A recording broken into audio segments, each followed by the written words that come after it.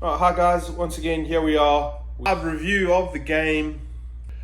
Cardiff versus the Sharks in Wales. The Sharks just need to come forward in this URC and put their foot down now.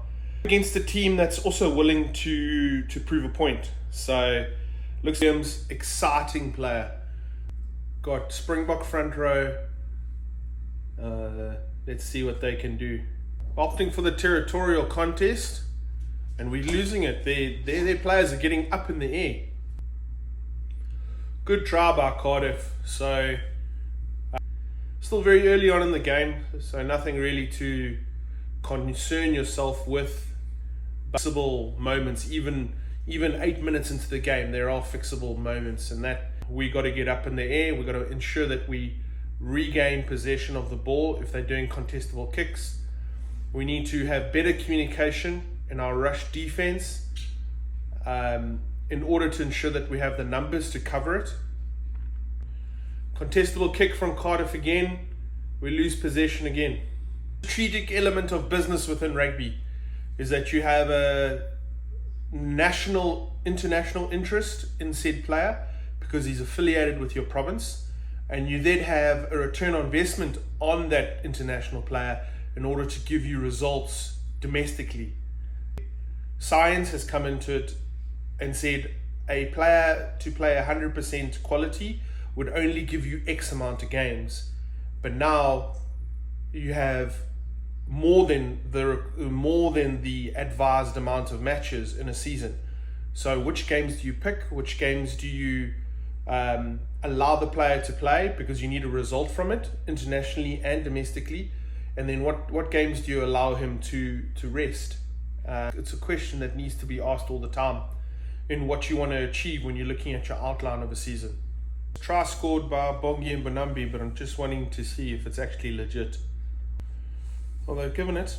At least it's not overwhelming objectives, it's just like straightforward. Regain possession on the contestable kicks, make a better effort on that. I would say have a better understanding of communication in defense. And then the third one would be, just keep sticking to the strategy that you guys want to achieve and trust yourselves. And I think 1-2 step through connection with ball from the Sharks, what can they do?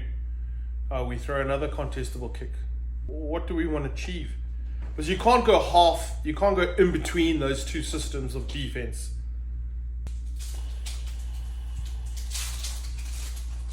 So lucky. Be realistic in your touch finding elements. Like as a coach, if you're coaching, like it doesn't matter if it's 10 meters or if it's 50. Be confident in the measurements that you want to gain.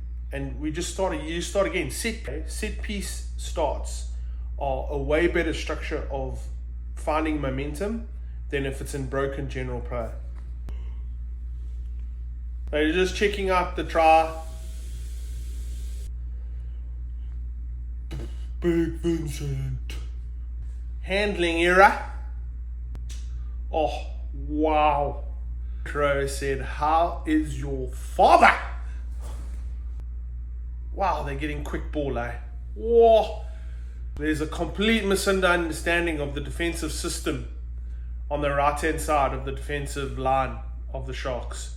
They are always getting through every single time. Number 11 of Cardiff, strong player. Well, it's strong in the commitment of what he wants to achieve, and he's showing that. He's taking every single opportunity. Seconds left of the first half. That's it. Half time. 21 points to 10 for the Sharks. 3 things. Oh, a little argy-bargy at half time. Beautiful. I would say we need to ensure our defensive system is better on the right-hand side. Not lose the ball that much in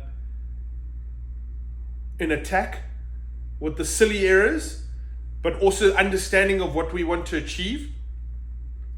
And then, I think stick to that structure. Sorry, that point number 2. Stick to that structure. And then number 3, once again, our territorial kicking. Like, we got to get up in the air. Right, we're back second half. Very similar to what I was saying, just the integrity of game discipline.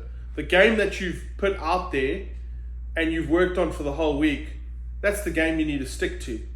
Wow, what a try.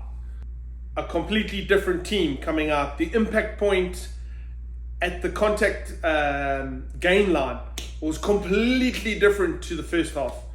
A very stern, realistic talking to at halftime. Tom Bowen just scored from a kick pass. That number 11 from the Cardiff Blues that I was talking about, good player. Warren Gatlin getting him involved in the Six Nations. Boom, handling error.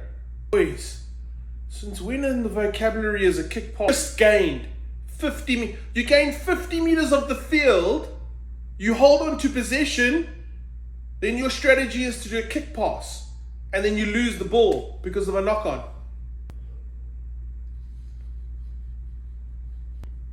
Missed tackles. A rush defense, an attacking player who feels that he can't play outside of him stops to reassess. He then should be immediately tackled. He shouldn't have the ability to then reassess and then attack back inside.